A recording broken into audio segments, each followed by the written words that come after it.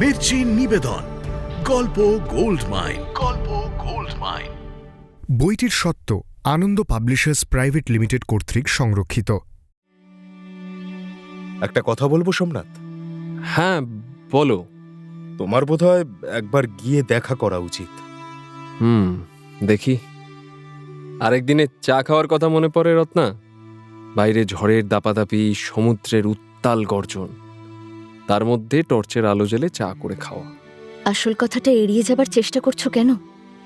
যে জিনিস ও মনে মনে চায় তা মরে গেলেও মুখ ফুটে বলবে না। আমি জানতে পেরেছি ও তোমাকেই বিয়ে করতে চায়। এখন বাকিটা তোমার হাতে।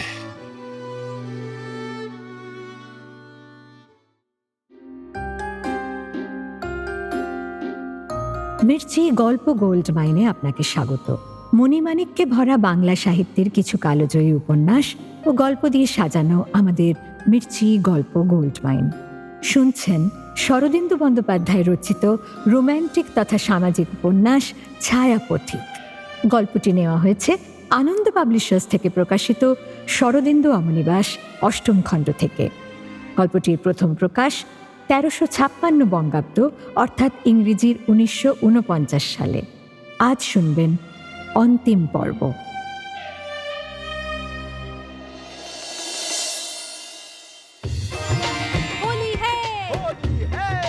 আজ হোলি রঙের উৎসব, আর এই উৎসব উপলক্ষে স্টুডিওর মধ্যে অনেকগুলো নবীনা অভিনেত্রী মিলে সোমনাথকে ছেঁকে ধরেছিল। বসন্তে যেমন প্রজাপতির ঝাঁক উড়ে এসে ফুটে থাকা গোলাপকে ঘিরে তাদের নাচ দেখায়, আনন্দে আত্মহারা হয়ে সেই ফুলের চারদিকে উড়ে উড়ে বেড়ায়, তেমনি এই তরুণীরাও সোমনাথকে কেন্দ্র করে বসন্তোৎসবের সমারোহ আরম্ভ করে দিয়েছিল।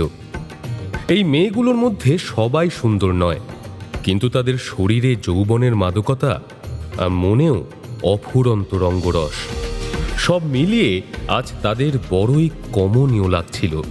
তারা সবাই মিলে একজোট হয়ে রং ও আবির নিয়ে সোমনাথের অফিস আক্রমণ করেছিল এবং সোমনাথকে একা পেয়ে তাকে একেবারে রঙিন করে তুলে টবে ছেড়েছিল। হাসির লহরী, পিচকিরির জলরং, আবিরের রঙিন গুলাল চারিদিকের বাতাসকে রঙিন করে তুলেছিল।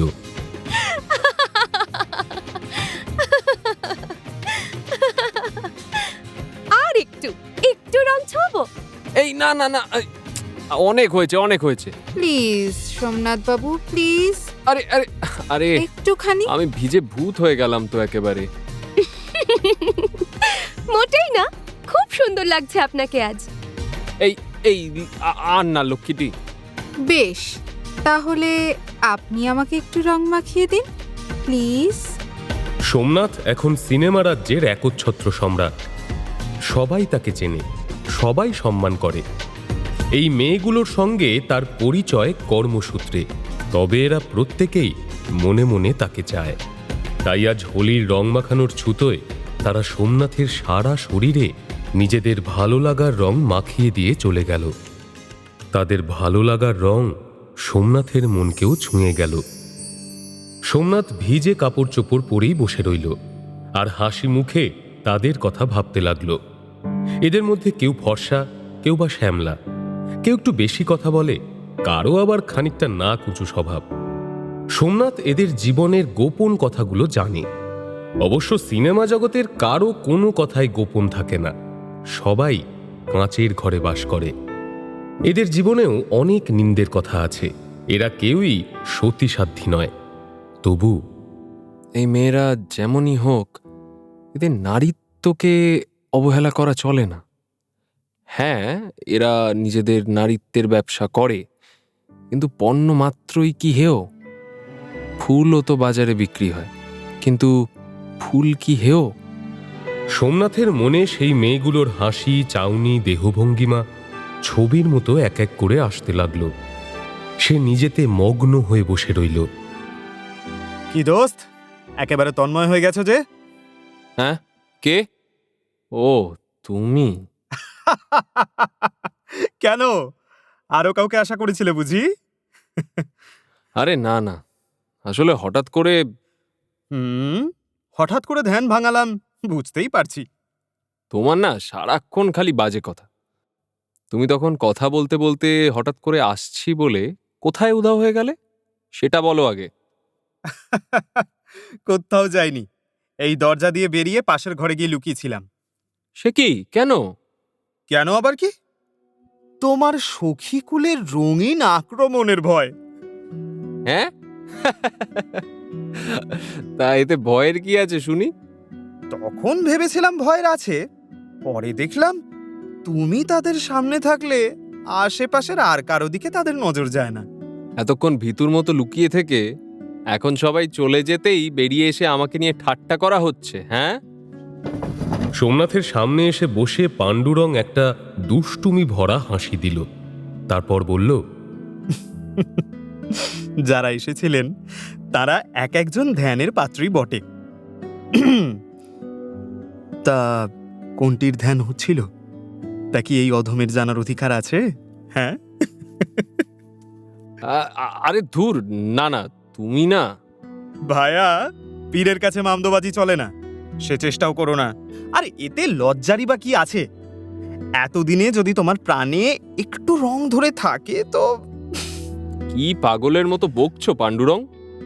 ভাই সোমনাথ, তোমাকে আমার জীবনের ফিলোসফি বলি, শোনো। তোমাদের ওই সংকীর্ণ অনুদার যৌন নীতি আমি মানি না। এই বিষয়ে স্বয়ং শ্রীকৃষ্ণ আমার আদর্শ, অর্জুন আমার আদর্শ, আরো অনেক বড় বড় আদর্শ আছে। হ্যাঁ, আর বাড়িতে তোমার স্ত্রীও আছে, ভুলে যেও না। শোনো, আমি আমার স্ত্রীকে ভালোবাসি, সে আমার গৃহ দেবতা, কিন্তু তাই বলে আমি অন্য মেয়েদের দিকে চোখ তুলে দেখব না এমন অধম আমি নই। তুমি এতদিন নিজের পথে চলেছ, আমি কোনোদিন তোমাকে বিপথে নিয়ে যাবার চেষ্টা করিনি। কিন্তু আজ যদি তোমার ভিন্ন পথে চলার ইচ্ছে হয়ে থাকে তাতেও আমি বাধা দেব না। এসব তুচ্ছ জিনিস জীবনে, এগুলোকে কখনো বড় করে দেখতে নেই। আসল কথা হচ্ছে দিল খাঁটি হওয়া চাই, ঈমান দস্তুর থাকা চাই, তবেই মানুষের মনুষ্যত্ব টিকে থাকবে। তোমার যদি কারোর ওপর সত্যি মন পড়ে থাকে তাতে লজ্জার কিছু নেই, ওটা বয়সের ধর্ম, প্রকৃতির লীলা। চুপ করো পাণ্ডুরং, ওসব কথা আমার ভালো লাগে না। তুমি মনকে চোখ ভেবে নিয়েছো সোমনাথ, একদিন তোমাকে ঘাড় মোটকে পড়তেই হবে। এই পড়াটা চোখ বন্ধ করে পড়ার চেয়ে চোখ খুলে পড়াই ভালো। যে মেয়েগুলো আজ এসেছিল তোমাকে রং মাখাতে, তাদের প্রত্যেকের মনের কথা আমি জানি। তোমার জন্য ওরা পাগল। ওরা যখন অন্যের বাহুতে বাঁধা থাকে তখনও ওরা তোমার কথা ভাবে। ঘুমিয়ে ঘুমিয়ে ওরা তোমাকেই স্বপ্নে দেখে।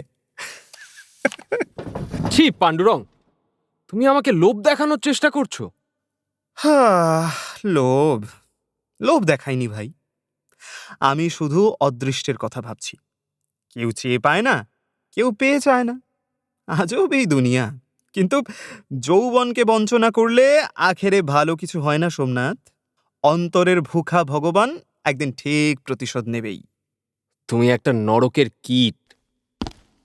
পাণ্ডুরংকে ভর্ৎসনা করে সোমনাথ আর সেখানে দাঁড়ালো না, বেরিয়ে সোজা বাড়ি ফিরে গেল।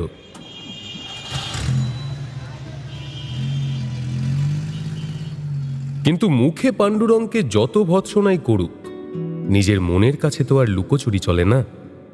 সোমনাথ যে সত্যিই তখন মেয়েগুলোর রূপ যৌবন নিয়ে চিন্তা করছিল, এই কথা নিজের মনের কাছে সে কি করে অস্বীকার করবে? নিজের কাছে ধরা পড়ে গিয়ে তার অন্তরাত্মা যেন চিৎকার করে উঠল। ছি ছি ছি ছি ছি ছি, আমি এ কি করছি? আমার মন আমার অজান্তে কোন আস্থা করে এসে পড়েছে। আমার চিন্তা ভাবনা তো কখনো এমন ছিল না। 3 বছর আগে যখন আমি সিনেমা করতে আসি তখন আমার মন কত শক্ত ছিল, কত পরিষ্কার ছিল। বড় স্ত্রীর প্রতি লোভ আমার কোনো কালেই ছিল না। এই মন নিয়ে আমি গর্ব করতাম। হায় হায়, এ আমার কি হলো? কোন দুর্বল জায়গা দিয়ে এমন অপচিন্তা আমার মনে ঢুকলো? আরো আশ্চর্যের বিষয়, আমার মনে যে এমন ঘুণ ধরেছে তা আমি নিজেই জানতে পারলাম না, বুঝতে পারলাম না। আমি কি তবে লম্পট? শব্দটা মনে আসতেই সোমনাথের শরীরটা যেন কুঁকড়ে গেল। লোকে তো এরপর তাকে আড়ালে লম্পট বলবে আর প্রকাশ্যে চোখ টিপে হাসাহাসি করবে। ভদ্রলোকেরা ওকে দেখলেই বাড়ির মেয়ে বউদের সামলে রাখবে। আর এরপরেই সোমনাথের মনে পড়ল সেই মোক্ষম কথাটা। আর রত্না, সে কি ভাববে আমায়? ছি ছি ছি ছি, আমি কোন পথে চলেছি? বাড়ি ফিরে সোমনাথ ভিজে কাপড় চোপড় ছেড়ে স্নান করতে গেল। তার মন অশান্ত, বিবেকের তাড়নায় জ্বলছে, অথচ কথা বলার মতো একটা লোক নেই বাড়িতে। স্নান করতে করতে সে ভাবতে লাগলো, দূর, দিদি জামাইবাবু এখন পুনেতে। এখানে থাকলে জামাইবাবুর সঙ্গে অন্তত একটু কথা বলা যেত। ওই মানুষটা ঠিক আমার মন শান্ত করতে পারতেন। এখন কি করি? হঠাৎ সোমনাথের মনে পড়ল ইন্দুবাবুর কথা। মনে পড়ল ইন্দুবাবু একদিন তাকে ললিত ও লতার কাহিনী শুনিয়েছিলেন, আর সে গল্পে ললিত তো ভালো ছেলে ছিল। বিকেলবেলা সোমনাথ আবার গাড়ি নিয়ে বেরোলো এবং ইন্দুবাবুর বাড়ি গিয়ে উপস্থিত হলো। আরে সোমনাথ, এসো এসো। ইন্দুবাবু নেই? হ্যাঁ হ্যাঁ, আছে তো। ওই ঘরে যাও, উনি বই পড়ছেন। ও আচ্ছা। সোমনাথ ঘরে ঢুকে দেখল ইন্দুবাবু তক্তপোষের উপর আসন করে বসে একটা বেশ লম্বা চওড়া বই পড়ছেন। সোমনাথকে দেখেই বইটা সরিয়ে রাখলেন। কি বই পড়ছেন? ওই গীতা। আসলে একটা নতুন এডিশন বেরিয়েছে, বেশ ভালো, তাই একটু নেড়েচেড়ে দেখছিলাম আর কি। কথাটা বলে ইন্দুবাবু বইটা আবার পাশ থেকে টেনে এনে তার পাতা উল্টাতে উল্টাতে বললেন, বঙ্কিম 4 অধ্যায়ের বেশি টিকা লিখে যেতে পারেননি। এই বাংলা ভাষার দুর্ভাগ্য। যদি শেষ করতে পারতেন সে এক অমর গ্রন্থ হতো। ও আচ্ছা। গীতা বা ভগবত সাধারণ বুদ্ধিতে পড়ে বোঝা বেশ কঠিন।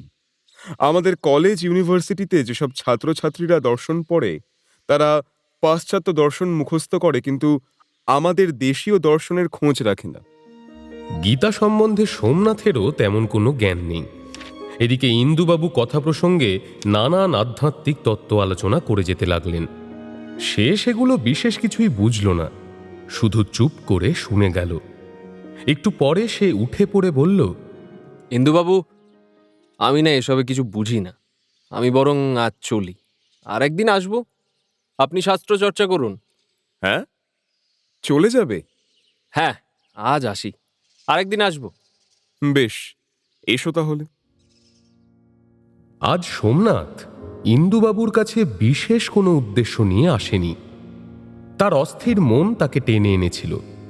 সে ভেবেছিল ইন্দুবাবুর সঙ্গে সাধারণ কথাবার্তা বললে হয়তো তার মনটা ঠিক হবে, কিন্তু ইন্দুবাবুকে গীতায় এমন মশগুল দেখে সে নিরাশ হল।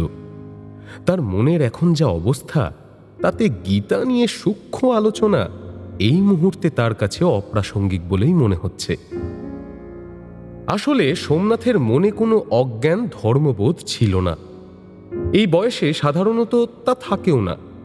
তার মধ্যে যা ছিল তা তার জন্মগত সংস্কার এবং মূল্যবোধ, যা তাকে এতদিন বহু প্রতিকূল পরিস্থিতি থেকে রক্ষা করে আসছে। কিন্তু বিপরীত পরিবেশে অনেক দিন ধরে থাকলে সেই মূল্যবোধ একসময় বিকৃত হয়। জন্মগত সংস্কার পঙ্গু হয়ে পড়ে। সোমনাথ যদি সেদিন উঠে না গিয়ে বরং মন দিয়ে কিছুক্ষণ গীতা পাঠ শুনত, তাহলে তার জীবনের বর্তমান সংকটকে অনেকটা সরল বলে মনে হতো। তবে যার ভাগ্যদেবী তাকে নিয়ে নতুন কোনো খেলায় মাতবার উপক্রম করেন, তার আর কিছু করার থাকে না। মোটরে লক্ষ্যহীনভাবে কিছুক্ষণ এদিক ওদিক ঘুরে সে আবার স্টুডিওতে গিয়ে উপস্থিত হলো। স্টুডিওতে আজ ছুটি, কাজকর্ম কিছুই নেই। তবু এতদিনে এই স্টুডিও তার কাছে নিজের ঘর বাড়ির মতো হয়ে উঠেছে। তাই কাজে অকাজে এই জায়গাটা থেকে দূরে থাকা তার পক্ষে অসম্ভব।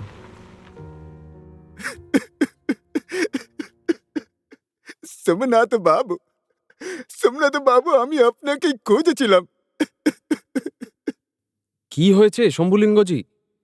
আপনি আপনি কাঁদছেন কেন?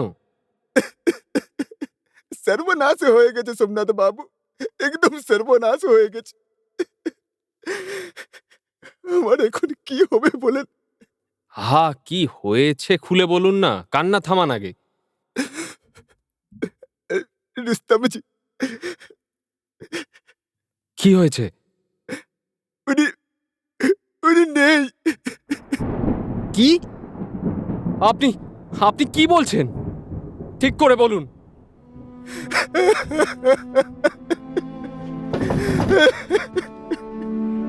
রুস্তমজি আর নেই।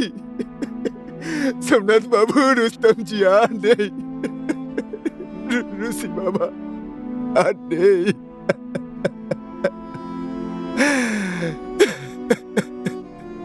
রসি বাবা নেই? কি বলছেন? কখন? জি, 1 ঘন্টা কানেক হল। কি করে হলো? আজ তো হোলি, তাই বন্ধু বান্ধব নিয়ে খুব মদ খেয়েছিলেন। হঠাৎ হার্ট ফেল করে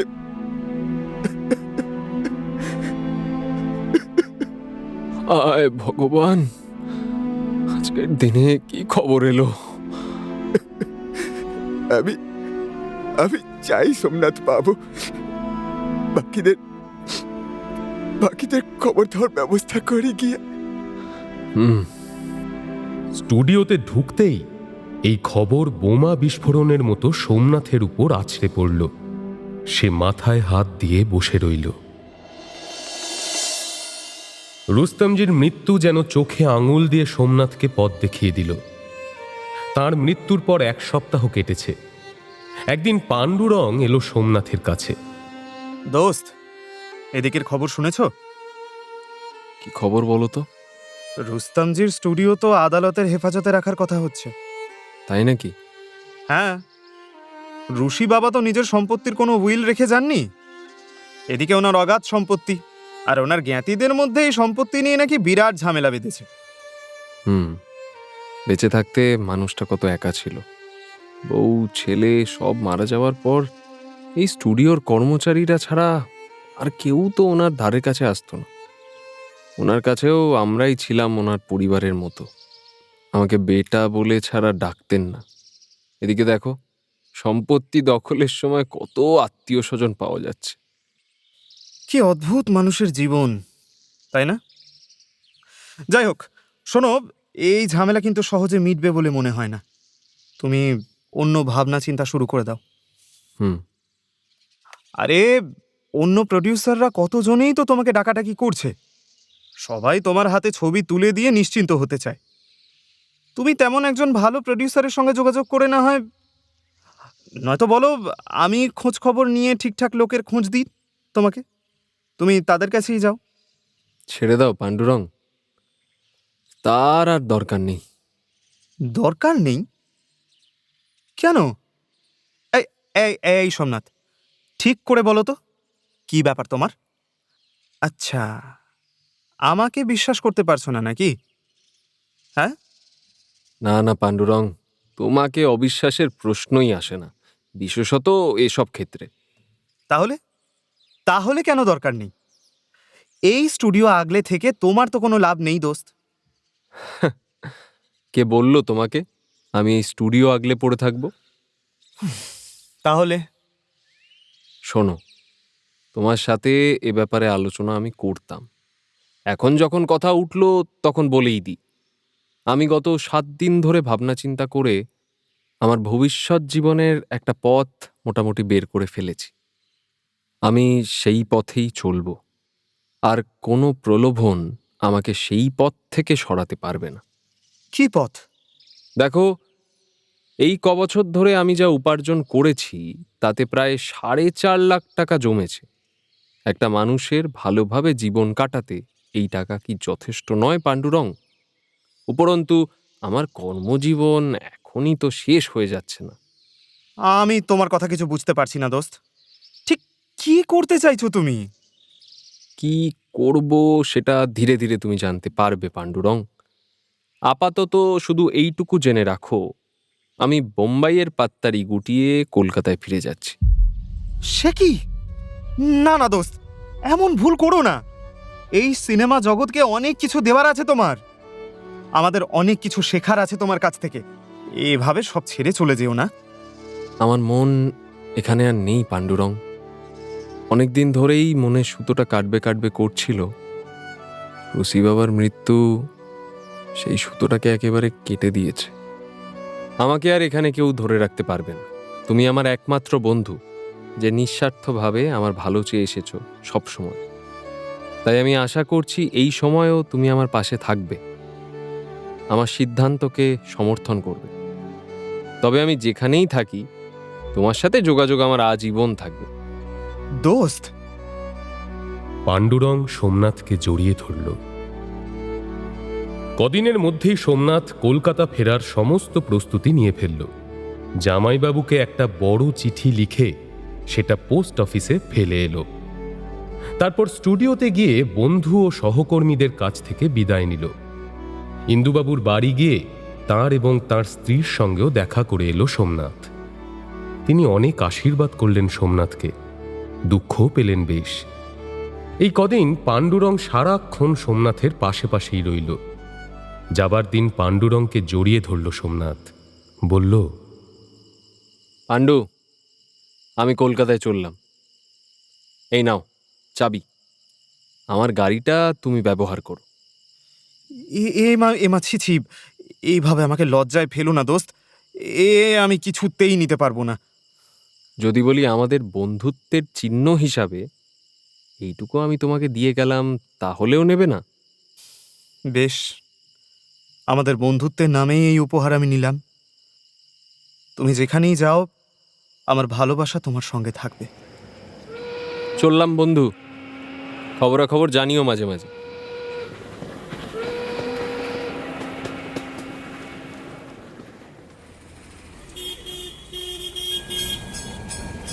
কলকাতায় পৌঁছে সোমনাথ হ্যারিসন রোডের একটা ভালো হোটেলে উঠল।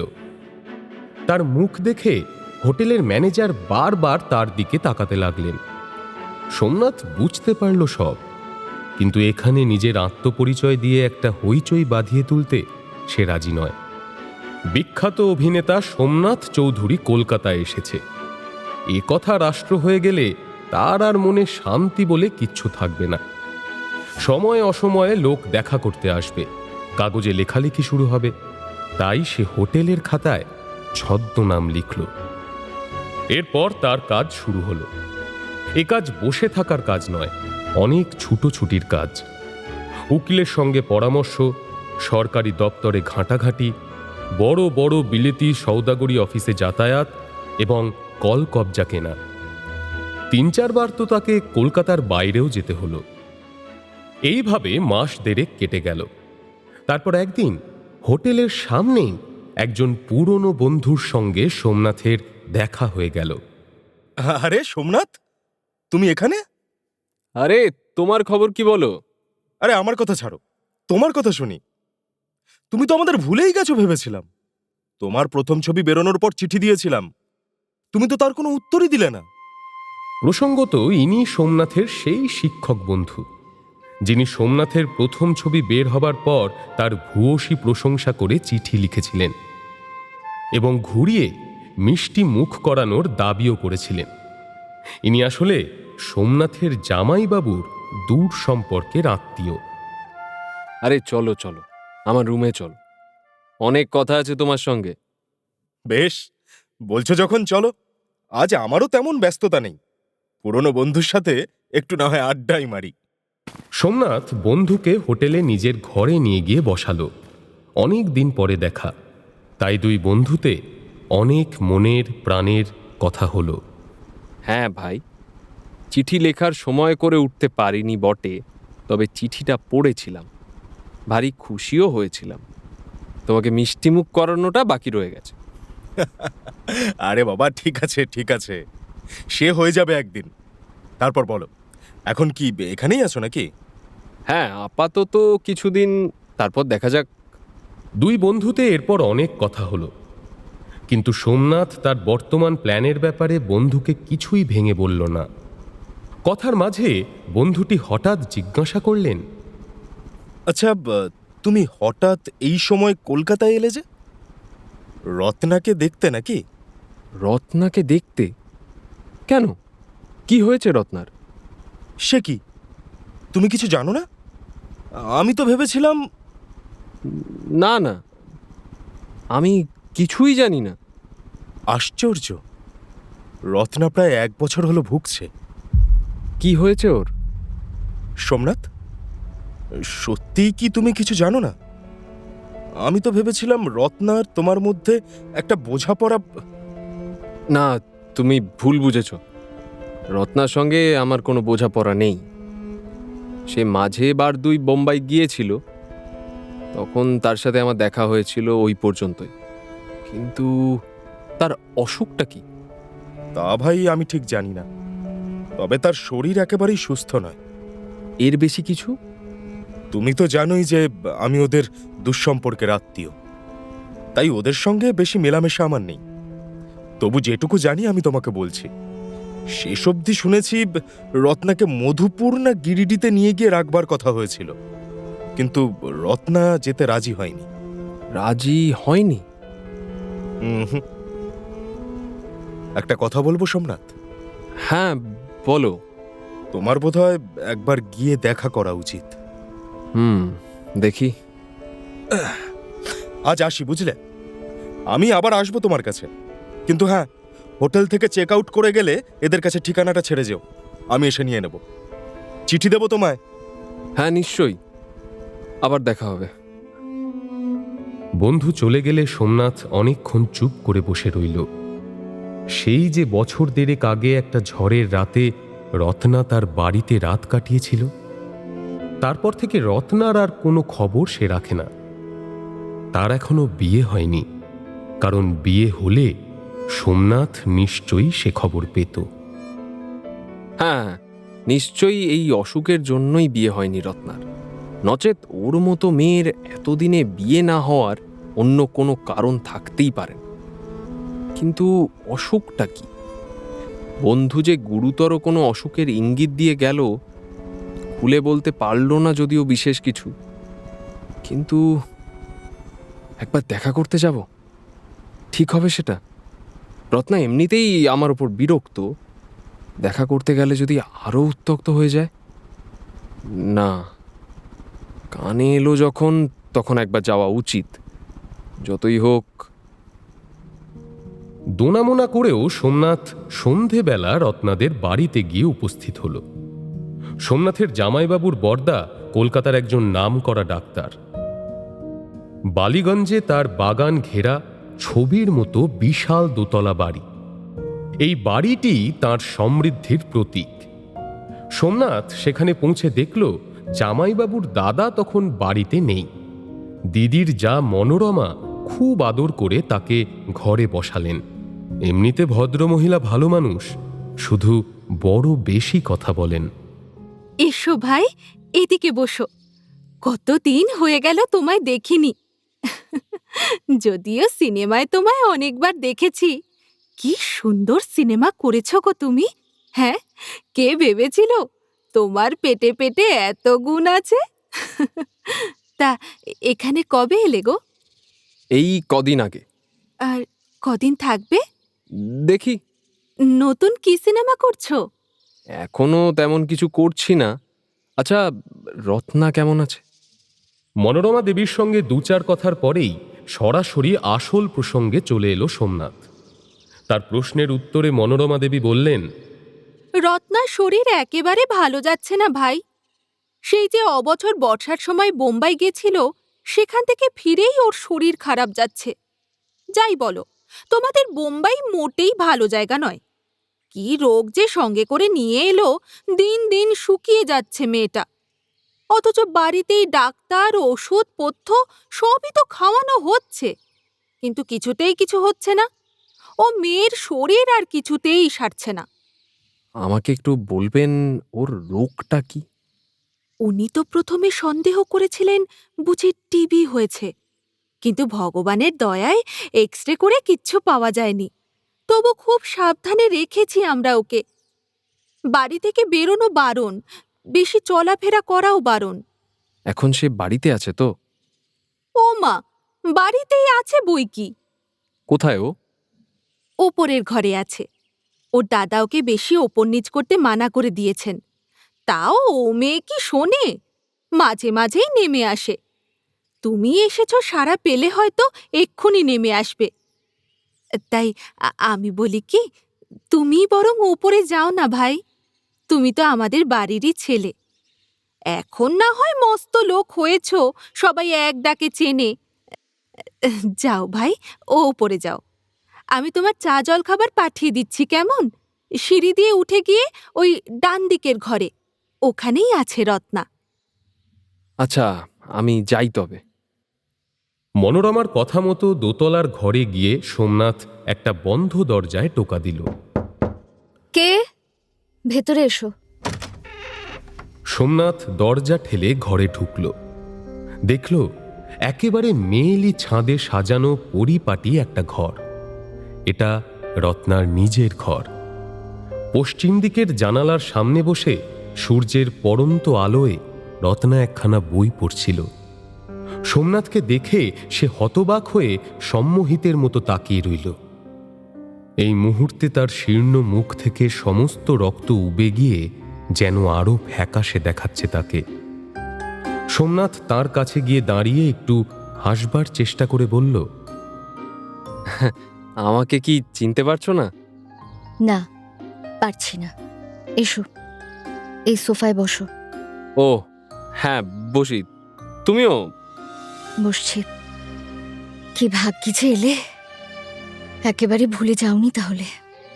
সোমনাথ এ কথার উত্তর অনেকভাবে দিতে পারত, কিন্তু এই মুহূর্তে সে শুধু আবেগ ভরে বলে উঠতে পারল, তুমি যে বড্ড রোগা হয়ে গেছো রত্না।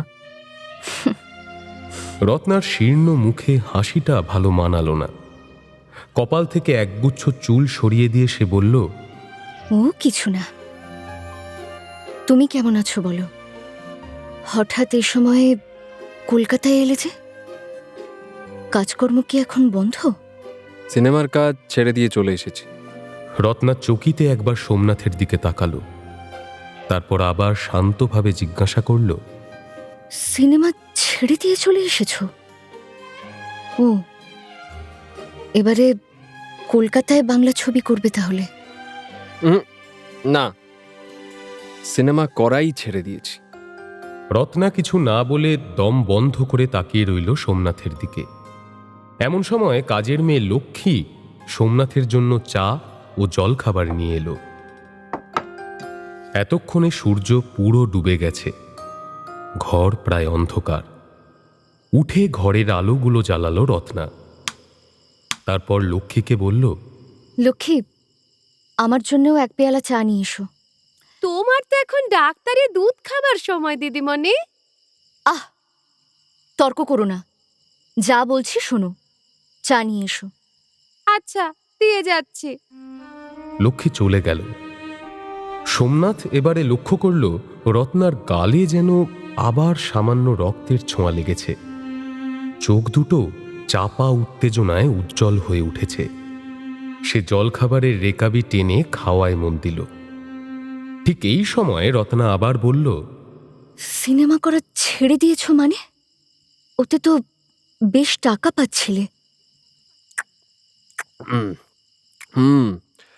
ছেড়ে দেওয়ার ওটাও আর একটা কারণ। এই 3 বছরে যা রোজগার করেছি তাতে বাকি জীবনটা চলে যাবে। সিনেমায় এত শিগগির তোমার অরুচি ধরে যাবে তা ভাবিনি। ও পথে যে যায় একবার, তাকে বড় একটা ফিরতে দেখা যায় না। আচ্ছা, তোমার এই বৈরাগ্যের অন্য কোনো কারণ আছে নাকি? আছে, রুস্তামজি মারা গেলেন, সেটা একটা কারণ। তাছাড়া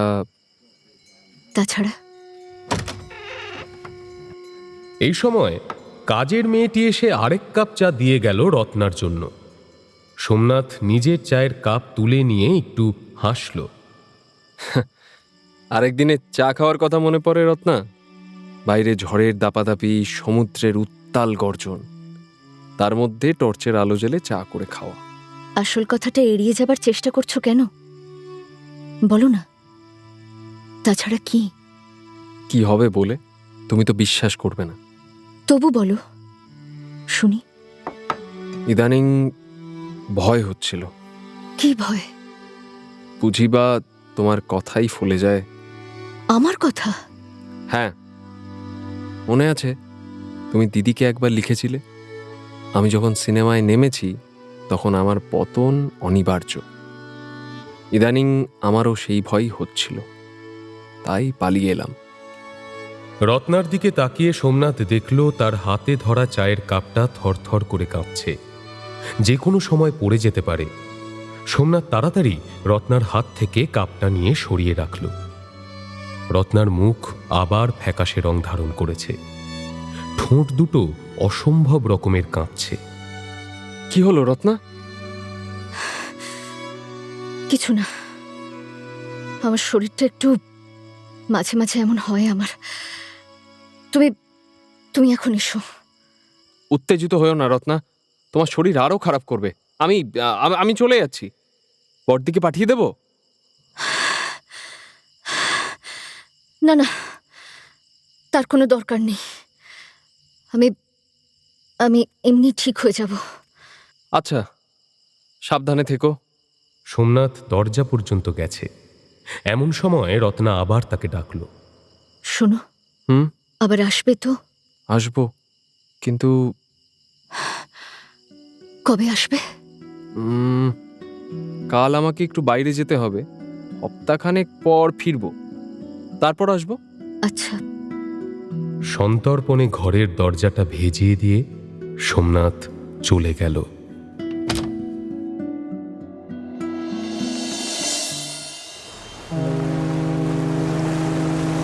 কলকাতা এসে সোমনাথ একটা মোটর লঞ্চ কিনেছিল। পরদিন সকালবেলা সে কয়েকজন লোককে নিয়ে সেই লঞ্চে চড়ে বসল। ভাগীরথীর আঁকাবাঁকা পথ ধরে সেই লঞ্চ দক্ষিণ দিকে চলে গেল। 1 সপ্তাহ পর তার ফেরার কথা, কিন্তু কাজ শেষ করে ফিরতে ফিরতে সোমনাথের 11 দিন লেগে গেল। কলকাতায় ফিরেই সোমনাথ গেল রত্নার সঙ্গে দেখা করতে। সেদিন রত্নার বরদা দেবেশবাবুও বাড়িতেই ছিলেন। তার কিছুটা বয়স হয়েছে এবং তিনি গম্ভীর প্রকৃতির মানুষ, কিন্তু সোমনাথ অচিরেই বুঝে গেল মুখে প্রকাশ না করলেও এনার ভেতরে দিব্যি রসবোধ আছে। জামাইবাবুর মতোই তার দাদাও একটি বর্ণচোরা আম। আরে এসো সোমনাথ, সেদিন এসেছিলে শুনলাম, আমার সঙ্গে দেখা হয়নি। হ্যাঁ, আপনি তখন বাড়ি ছিলেন না। চলো আমার বসবার ঘরে গিয়ে একটু বসি। দেবেশবাবুর বসবার ঘরে গিয়ে দুজনে বসল। তারপর দেবেশবাবু বললেন, শুনলাম তুমি নাকি সিনেমা ছেড়ে দিয়েছ? আগে হ্যাঁ। কেন? বেশ ভালো টাকা পয়সা পাচ্ছিলে তো, নামও যথেষ্ট হয়েছে, তবে ছেড়ে দিলে কেন? আর ভালো লাগছে না নাকি?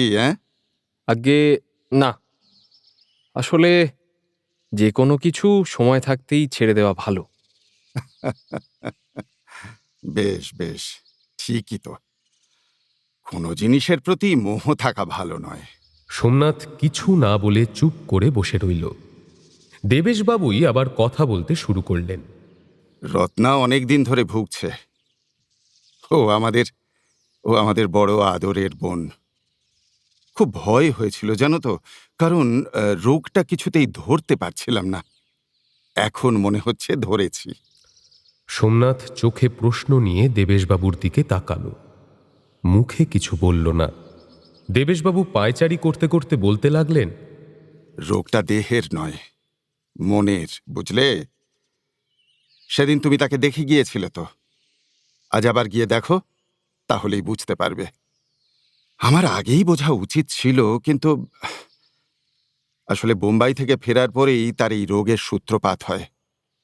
তখন ব্যাপারটাকে অত গুরুত্ব দিইনি আমি, কিন্তু এখন বুঝতে পারছি গুরুত্ব দেওয়া উচিত ছিল।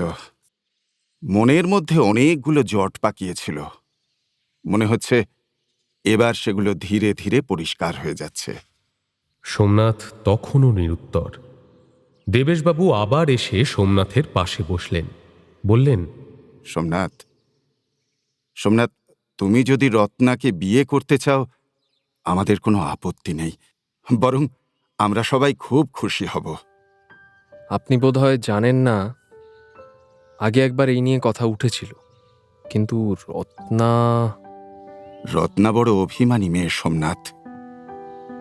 সেই সময় হয়তো ওর মনে কিছু একটা নিয়ে ক্ষোভ জন্মেছিল, কিন্তু কিন্তু এখন সেসব কেটে গেছে। তবু রত্না এ প্রস্তাব আবার শুনলে... রত্না আমার বোন, আমি ওকে খুব ভালো করে চিনি। ওর স্বভাবই এমন যে যে জিনিস ও মনে মনে চায় তা মরে গেলেও মুখ ফুটে বলবে না। আমি জানতে পেরেছি ও তোমাকেই বিয়ে করতে চায়। এখন বাকিটা তোমার হাতে।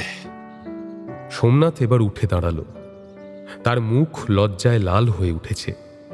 দেবেশবাবু বললেন, ওপরে যাও, রত্না নিজের ঘরেই আছে। আর একটা কথা সোমনাথ, কি? রোগীকে কিন্তু অনেক সময় জোর করে ওষুধ খাওয়াতে হয়।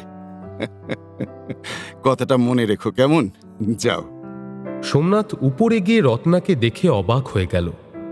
এই কদিনে তার কি অপূর্ব পরিবর্তন হয়েছে।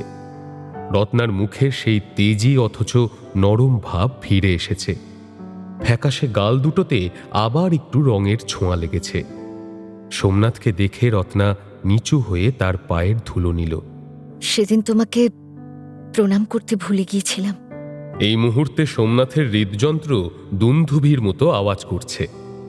প্রথম যেদিন সে ক্যামেরা ও মাইকের সামনে দাঁড়িয়েছিল, সেদিনও এতটা ভয় করেনি।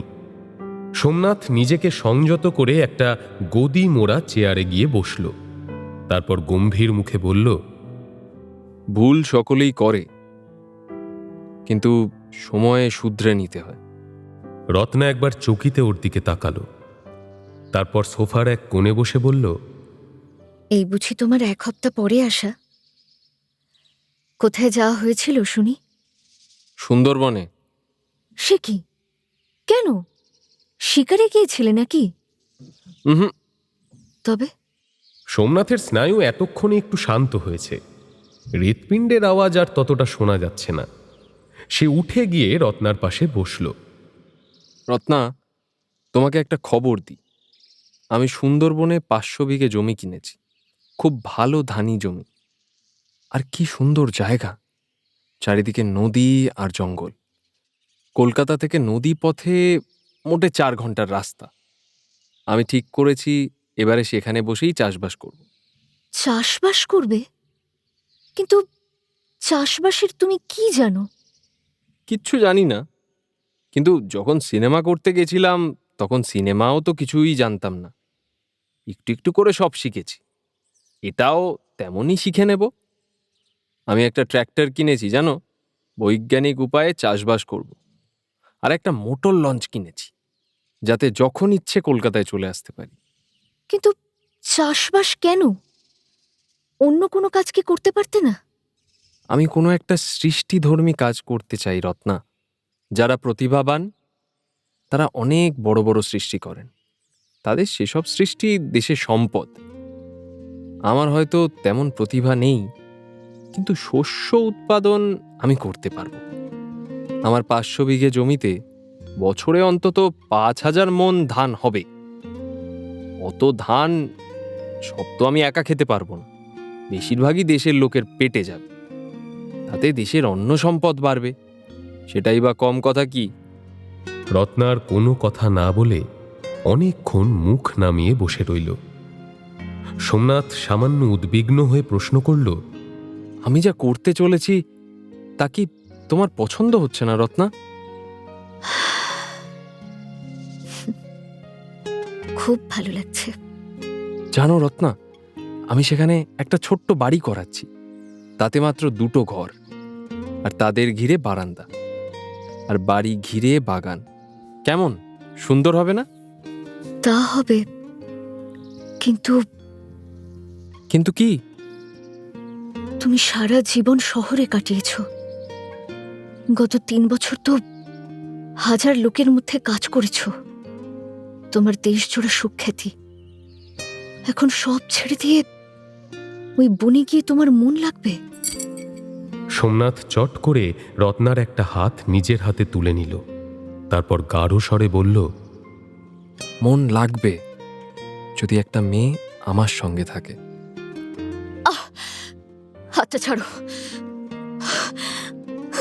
না, ছাড়বো না, কিছুতেই ছাড়বো না।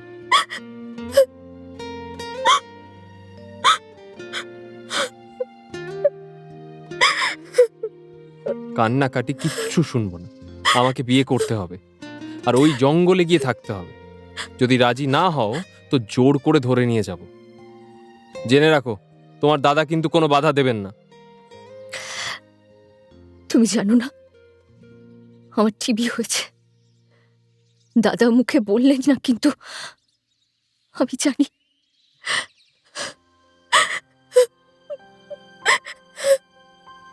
তুমি কিচ্ছু জানো না।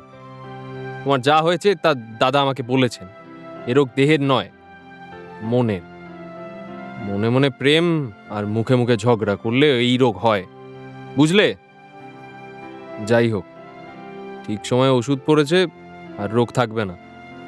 আর ওষুধে যে কাজ দিচ্ছে তার লক্ষণও এরই মধ্যে দেখতে পাচ্ছি।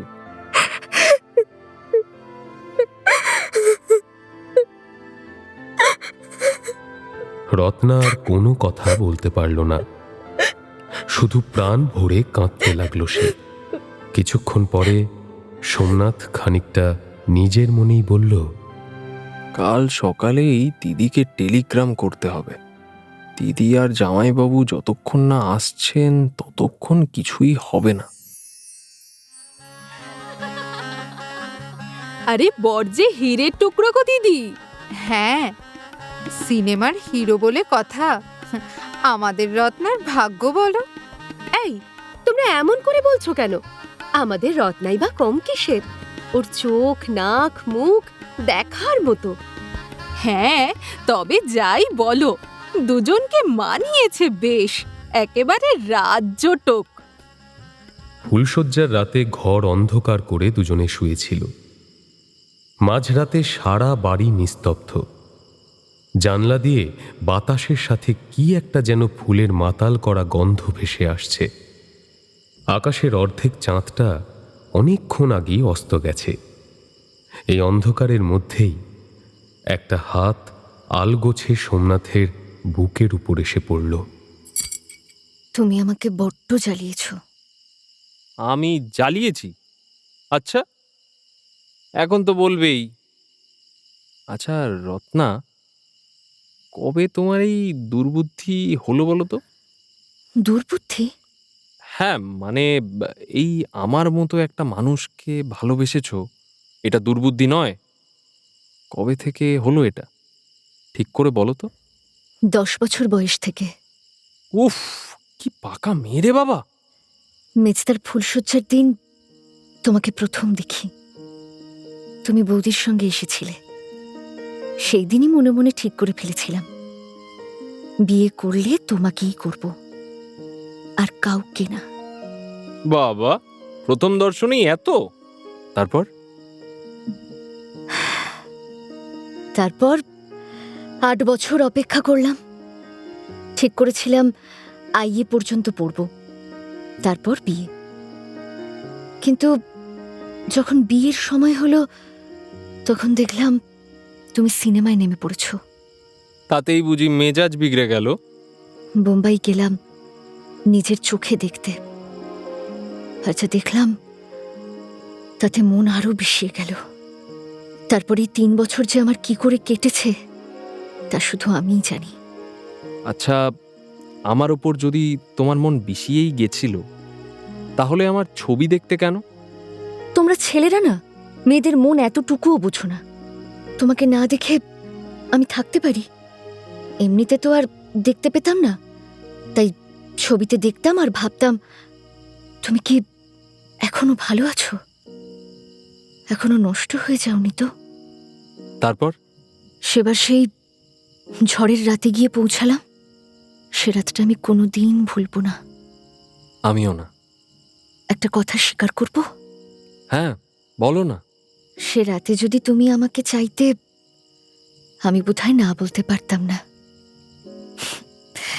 কিন্তু তুমি তো সেদিক দিয়েই গেলে না। আমি আর কি করব বলো তো? আমি কি বলতাম ওগো, তুমি আমাকে বিয়ে করো? তাহলে সে রাতে তোমার আর আমার ওপর কোনো সন্দেহ ছিল না? মিথ্যে বলবো না, সন্দেহ আমার যায়নি, কিন্তু আমি বুঝতে পেরেছিলাম যে তুমি ভালো হও, মন্দ হও আর যাই হও, তুমি ছাড়া আর আমার গতি নেই। সোমনাথ রত্নাকে নিজের আরও কাছে টেনে আনলো। তারপর আদুরে গলায় জিজ্ঞাসা করল, এখন সন্দেহ গেছে তো? ধ্যাৎ, রত্না, আমি হয়তো শেষ পর্যন্ত নষ্টই হয়ে যেতাম যদি তুমি আমার মনের মধ্যে না থাকতে। তুমিই আমাকে বাঁচিয়ে দিয়েছো রত্না। একটা রোদ ঝলমলে দিনে একটা মোটর লঞ্চ নদীর বুক চিরে দক্ষিণ দিকে চলেছে। সে লঞ্চের এমন গতিবেগ মনে হচ্ছে যেন উড়ে চলেছে। দুই তীরের শহর পেছনে পড়ে রইল। গ্রামগুলো নদীর তীর বরাবর কিছু দূর পর্যন্ত এসে একসময় থমকে গেল। রইল কেবল মাথার উপর মেঘহীন নীল আকাশ, আর তার নিচে সুজলা সুফলা শ্যামলা বঙ্গভূমি। সেই নদীপথের এক অচেনা বাঁকে লোকচক্ষুর আড়ালে এক ফালি জমিতে একটা ছোট্ট বাড়ি, যে বাড়িতে শুধুমাত্র দুটো পাখির স্থান। চারিদিকের আলো ছায়ার লুকোচুরি, কোথাও আলো বেশি, কোথাও আবার ছায়া। আর আলো ছায়ার সেই লুকোচুরির মধ্যে দিয়েই সেই বাড়িতে ফিরছে দুই ঘরে ফেরা পাখি, রত্না আর সোমনাথ।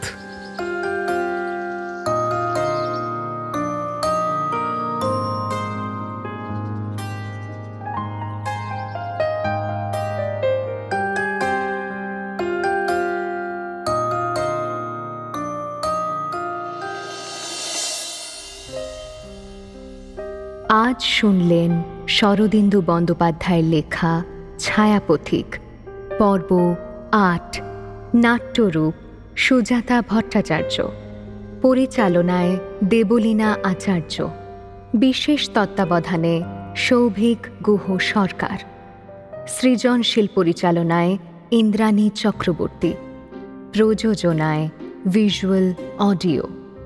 ভাষ্য সৌমিক মৈত্র, সোমনাথ গৌরব গুহ মজুমদার গোগো, ইন্দু রাজবীর ঘোষ, দিগম্বর শম্ভুলিঙ্গম নিরুপম নাথ, পাণ্ডুরং ভিকি দাস, বন্ধু শুভায়ন রয়, মনোরমা মৌমি দত্ত, রত্না অধ্যায় সাহা, দেবেশ বাবু, সুদীপ্ত ঘোষ এবং অন্যান্য শিল্পীরা।